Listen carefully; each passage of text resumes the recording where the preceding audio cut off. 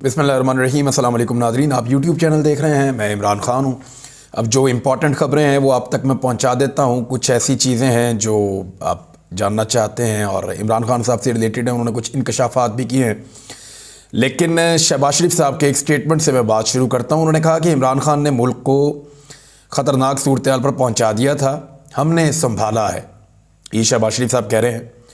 और उन्होंने कहा साथ ही कि हमने आने के बाद इस मुल्क को संभाला है। जब भी इंतखाबात होंगे मुस्लिम लीग नून भारी अक्सरियत से कामयाब हो जाएगी। तो उन्होंने एक सियासी और माशी सूरत हाल पर तबादला ख्याल कर रहे थे एक मीटिंग में, वहाँ पे उन्होंने ये बात की है और ये मुख्तलिफ टीवी चैनल को ख़बर भेजी गई है, वहाँ पे ये चली भी है। लेकिन बात यह है कि इमरान खान साहब ने हालात इस मुल्क के इतने ख़राब कर दिए थे कि कोरोना के दौरान भी ये मुल्क डिफ़ॉल्ट नहीं किया। हालात इतने ख़राब कर दिए थे कि इमरान खान के दौर में पेट्रोल आलमी मंडी में महंगा होने के बावजूद 150 रुपये से कम में 1 लीटर मिल रहा था और डीज़ल पेट्रोल से सस्ता हुआ करता था, जो आज आपको 225 रुपये में मिलता है और आलमी मंडी में कीमत उस दौर की निस्बत कम है।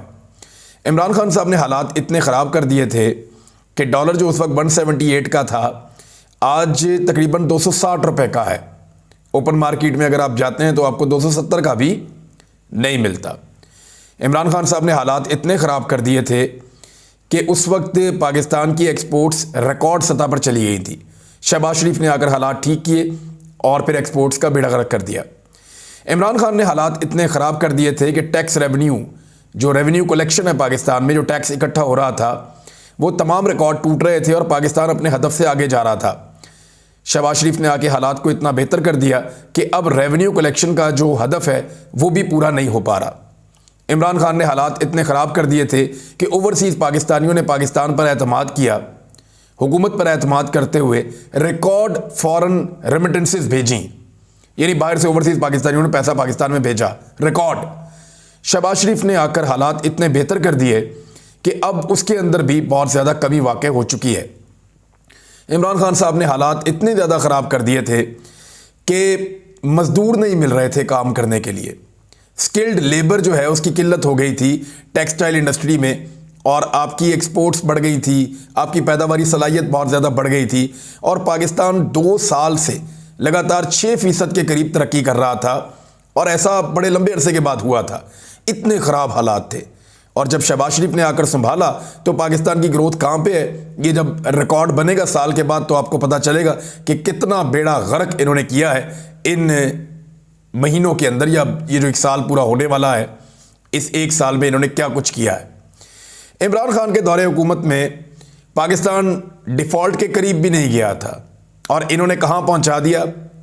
जब हालात बहुत अच्छे किए वो सारा कुछ आपके सामने है। और बहुत सारी चीज़ें, महंगाई इमरान खान के दौर में बहुत कम थी, यानी 55 रुपये किलो का आटा करके इमरान खान ने हालात बहुत ख़राब कर दिए थे और 150 रुपये किलो आटे में शहबाज शरीफ ने हालात को संभाल लिया है।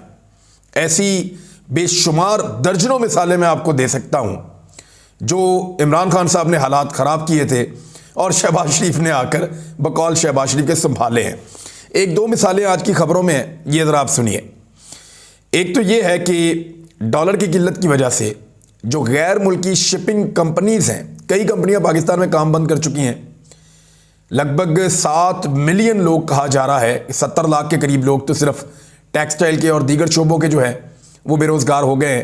पहले ये डाटा कम था, लेकिन फिर जब टेक्सटाइल इंडस्ट्री वालों ने खुद बताया तो उन्होंने कहा जी बेशुमार लोग बेरोज़गार हो गए हैं। हालात शहबाज शरीफ साहब ने ऐसे संभाले हैं कि गवर्नर स्टेट बैंक को जो इंडस्ट्री बंद हुई है उसकी चाबियां ताजरों ने और सनतकारों ने तोहफे में दी हैं, ये भी 2 दिन पहले। तो डॉलर की किल्लत की वजह से गैर मुल्की शिपिंग कंपनियों का पाकिस्तान में काम मुअत्तल करने पर गौर। अब वो कहते हैं हमने पाकिस्तान के अंदर खिदमात की फराहमी मुअत्तल कर देनी है। बहुत सारी कंपनियां पहले ही पाकिस्तान से भाग रही हैं। ये हालात इन्होंने पैदा कर दिए हैं पाकिस्तान में। और एक और खबर, शहबाज शरीफ साहब ने पहले क्लेम किया था कि इमरान खान ने चीन और दोस्त ममालिक के साथ, यानी सऊदी अरब, यूएई, चाइना, इनके साथ ताल्लुकात इतने ख़राब कर दिए कि मैं आपको बता नहीं सकता। भाई अगर होते तो बता सकते ना, बता नहीं सकता का क्या मतलब है। और अब असफर एहसन साहब, ये साबिक वज़ीर मुमलिकत हैं और चेयरमैन सरमायाकारी बोर्ड रहे हैं, मोहम्मद असफर एहसन, उन्होंने कहा है कि इस वक्त सऊदी अरब और चीन दोनों पाकिस्तान से नाराज़ हैं, जबकि इलेक्शन कराने से भी मसाइल हल नहीं होते हुए दिखाई दे रहे हैं, क्योंकि 98% मेंबरान असम्बली दोबारा मुंतखब हो जाते हैं। यानी यही लोग वापस आ जाएंगे तो हालात को कैसे ठीक करेंगे।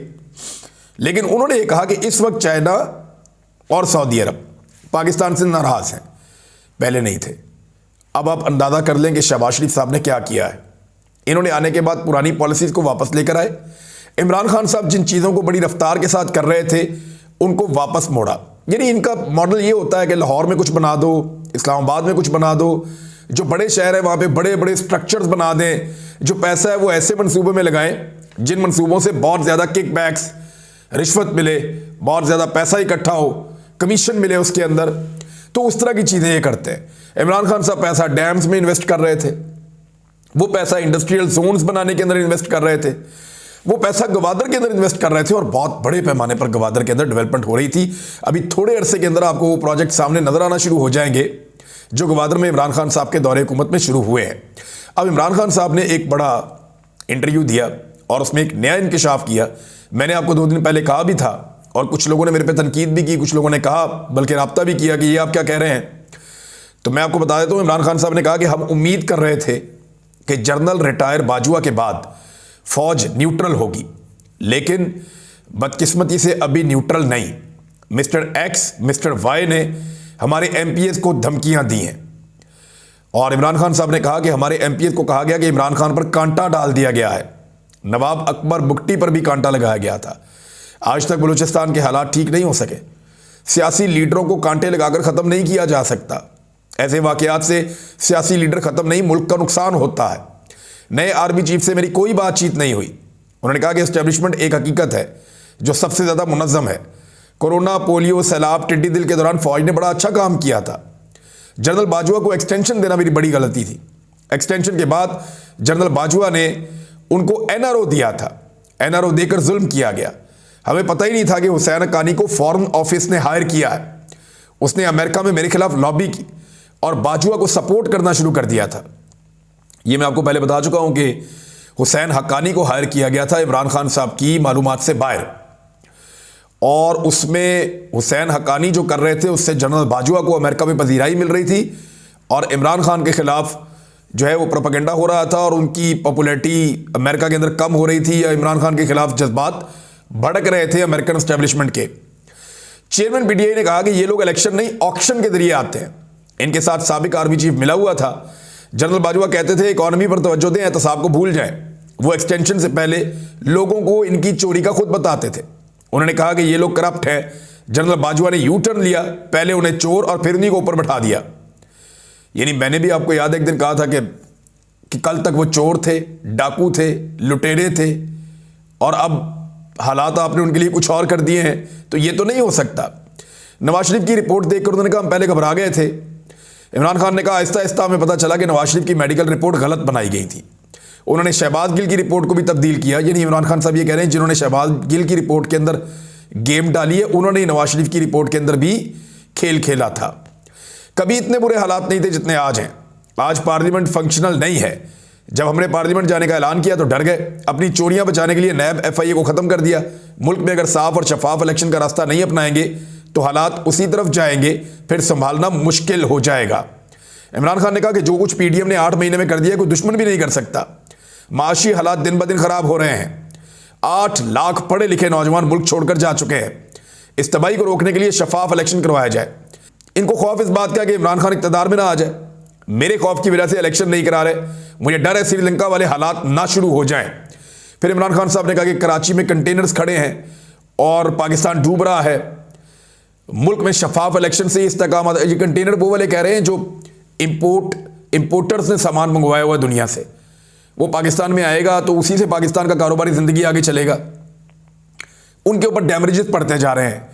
और अभी मैंने आपको खबर दी है कि कंपनियों ने फैसला किया कि भी हम कैसे पाकिस्तान के अंदर काम करें।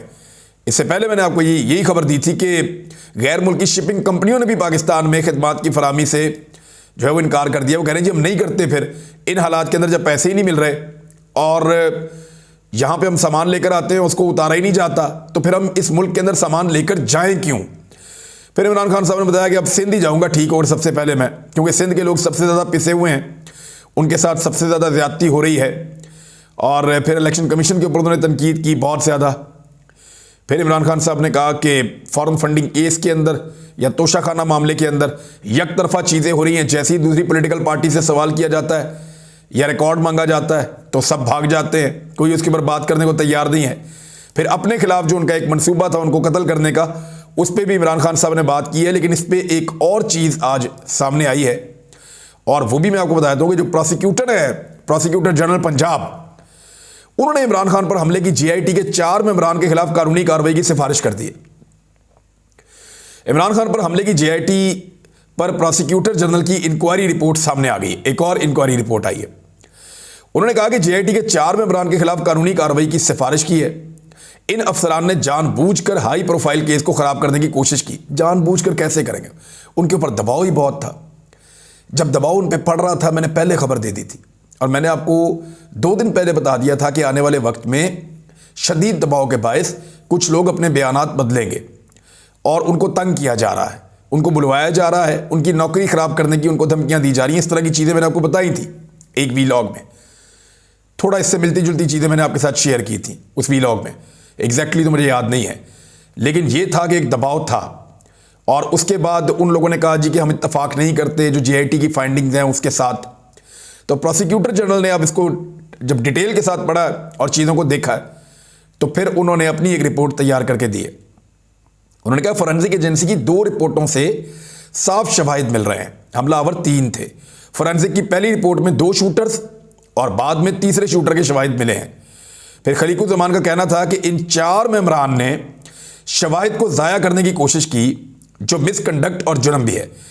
कन्वीनियर ने मेंबरान को कई खत लिखे कि मुल्जिमान के मोबाइल डाटा, CDRs और DVRs को इकट्ठा करें, लेकिन किसी भी मेंबर ने मुल्जिमान के मुतालिक डाटा इकट्ठा करने की जहमत ही नहीं की।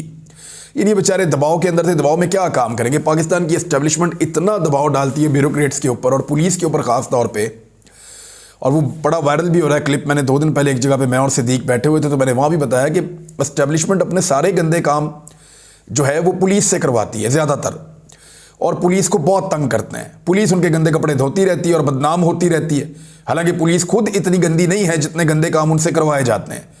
फिर वो पुलिस को बाद में किसी ना किसी जगह पे जब पुलिस से गलती होती है तो उनको ऑब्लाइज भी करते हैं, और अगर पुलिस से कोई गलत काम करवाएं तो फिर उनको प्रोटेक्ट भी करते हैं।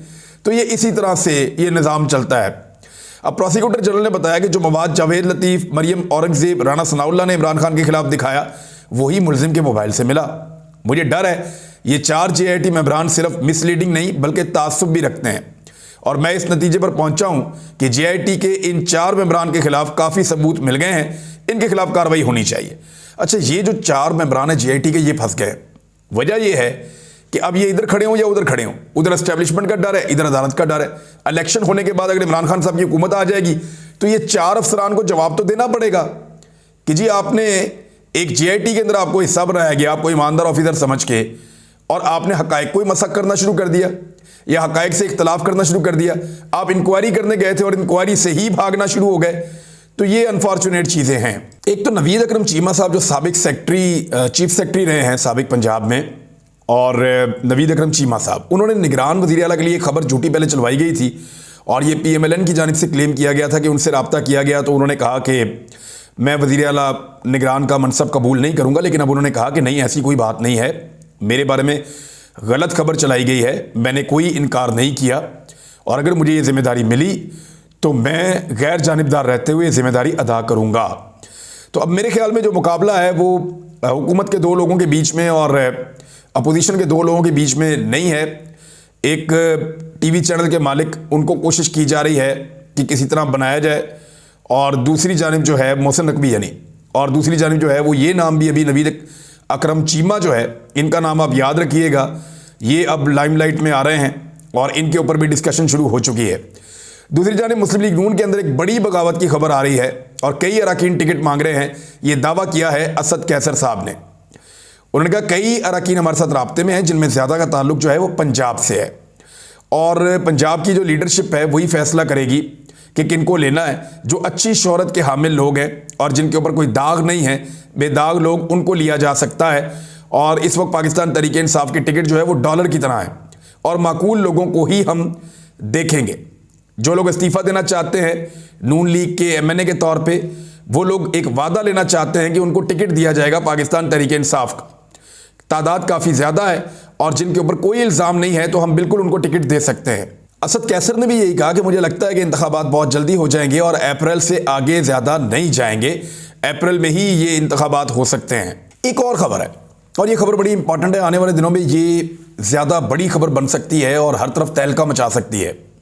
ये तहलका खेज खबर ये है कि इमरान खान की हुकूमत गिराने की इंक्वायरी के लिए जो अपीलें की गई थी अप्रैल 2022 में, आज 9 महीने गुजरने के बाद उन अपीलों को समाअत के लिए मुकर्रर किया गया है।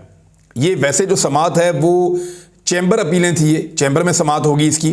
सुप्रीम कोर्ट ने इमरान खान की हुकूमत को आलमी साजिश के जरिए हटाने की इंक्वायरी के लिए दायर चैम्बर अपीलें समाअत के लिए मुकर्रर कर दी हैं। अब देखें, इसमें साइफर सामने आ सकता है। इमरान खान साहब ने एक लेटर लिखा हुआ है, स्पीकर ने लिखा हुआ है, सदर पाकिस्तान ने लिखा हुआ है और एक साइफर जो है वो सुप्रीम कोर्ट ऑफ पाकिस्तान में पड़ा हुआ है, चीफ जस्टिस ऑफ पाकिस्तान के पास। अब अगर ये अपीलें सुनी जाएंगी, आलमी साजिश है या नहीं, उसके ऊपर ये सारा मवाद सामने रखा जा सकता है। अगर ये मामला आगे बढ़ता है और सुप्रीम कोर्ट ऑफ पाकिस्तान इसमें दिलचस्पी लेती है और जजेस इसमें इसकी इन्वेस्टिगेशन शुरू करते हैं या इसके ऊपर एक आला सतही कमीशन कोई बनता है हाजिर सर्विस जजेस की निगरानी में, तो फिर मुझे ऐसा लगता है कि ये मामला खुल जाएगा और इमरान खान साहब का ये कहना कि रजीम चेंज ऑपरेशन पाकिस्तान में हुआ है वो साबित भी हो सकता है। लेकिन अगर ये साबित हुआ तो बहुत बड़े बड़े लोग फंस जाएंगे इसमें। एक अजहर सिद्दीक साहब हमारे बड़े अच्छे दोस्त हैं, बड़े भाइयों की तरह लॉयर, वो भी इसके अंदर शामिल हैं। उनकी भी एक अपील थी इसमें कि इसको सुना जाए। तो ये एक बहुत बड़ी मुसीबत बन जाएगा मामला बहुत सारे बड़े बड़े और ताकतवर लोगों के लिए। लिहाजा अब देखना यह है कि सुप्रीम कोर्ट इस मामले को कहां तक उठाता है। तो ये एक तहलका खेज खबर हो सकती है आने वाले दिनों में। अब तक के लिए इतना ही, अपना ख्याल रखिएगा, अपने चैनल का भी। अल्लाह हाफिज़।